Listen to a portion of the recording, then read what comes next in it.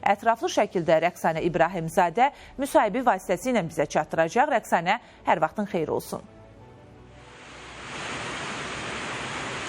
Salam Çinarə, sabahınız xeyir olsun. Bəli, elə sən də vurğuladın bu barədə məlumatı ki, Azərbaycanda demoqrafik göstəricilərdə azalma müşahidə olunur. Yəni, insanların, əhalinin təbii artım prosesində ləngimə müşahidə olunur və indiki məqamda təbii ki, bu da Azərbaycanda müxtəlif sahələrə təsir göstərir. Ümumiyyətlə, əhalinin sayının azalması nə ilə əlaqədardır və elə bir məqamda var ki, indiki məqamda məhz bu amil nəzərə alındığından hazırda yəni 5 uşaqlı ailələrə çox uşaqlı ailə deyilir, amma indiki məqamda bu sayın 3-ə endirilməsi müzakirə mövzusudur və daha hansı şərait yaradılmalıdır və əhalinin azalması nə ilə əlaqədardır? Elə bununla bağlı informasiyalara qonağım sosioloq Üzeyir Şəfiyevdən alacağıq. Xoş görürük Üzeyir bəy.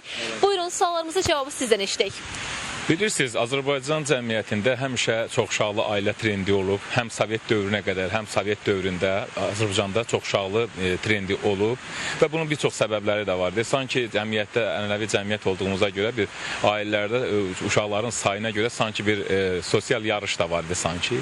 Sovet dövründə də müharibədə olan itkilərin yerini doldurmaq üçün dövlət tərəfindən motivasiya, demoqrafik təşviq siyasəti həyata keçirilirdi. Xüsusilə də qəhrəman ana adı müəyyənləşdirildi o vaxtda. Eyni zamanda uşaqlar üçün sosial müavinətlər müəyyənləşdi və çoxuşaqlı ailələrlə bağlı əlavə imtiyazlar, onların növbədən kənar ev əldə etməsi, maşın və digər imtiyazlar müəyyənləşdirilirdi. Ancaq Sovet İttifaqının fiaskosundan sonra cəmiyyətimiz qlobal cəmiyyətə inteqrasiya olunandan sonra xarici ölkələrə ged-gəl əsasında insanlarımız gördü ki, heç də başqa ölkələrdə, qərb ölkələrində, Avropa ölkələrində çoxuşaqlı ailə trend deyil. Burada az uşağa üstünlük verirlər, ailə planlaşmasında az uşağa üstünlük verirlər və az uşaq olsun, amma keyfiyyətli böyüsünlər. Təhsil, karyera, mənzilləmə məsələlərinə daha çox diqqət ayırırlar. Avropa ölkələrində, qərb ölkələrində bax belə bir mənzərə ilə insanlarımız rastlaşdı və beləliklə də Azərbaycanda da artıq cəmiyyətin düşüncə transformasiyasının biz şahidi oluruq.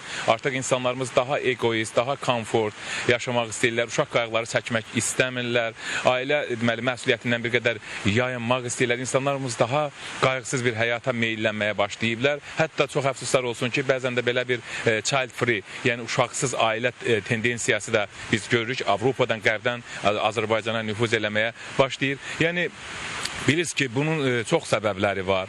İlk növbədə ondan başlayaq ki, demoqrafik təşviq aləti kimi çox yaxşı olar ki, uşaqlar üçün nəzərdə tutulan sosial müavinətlər bərpa olunsun. Çünki bir sıra ölkələrdə demoqrafik ləngimə və demoqrafik geriləməni nəzərə alaraq hökumətlər məhz bu cür demoqrafik təşviq alətindən istifadə edir. Hətta uşaqlar üçün diferensial sosial müavinətlər müəyyənləşdirilir.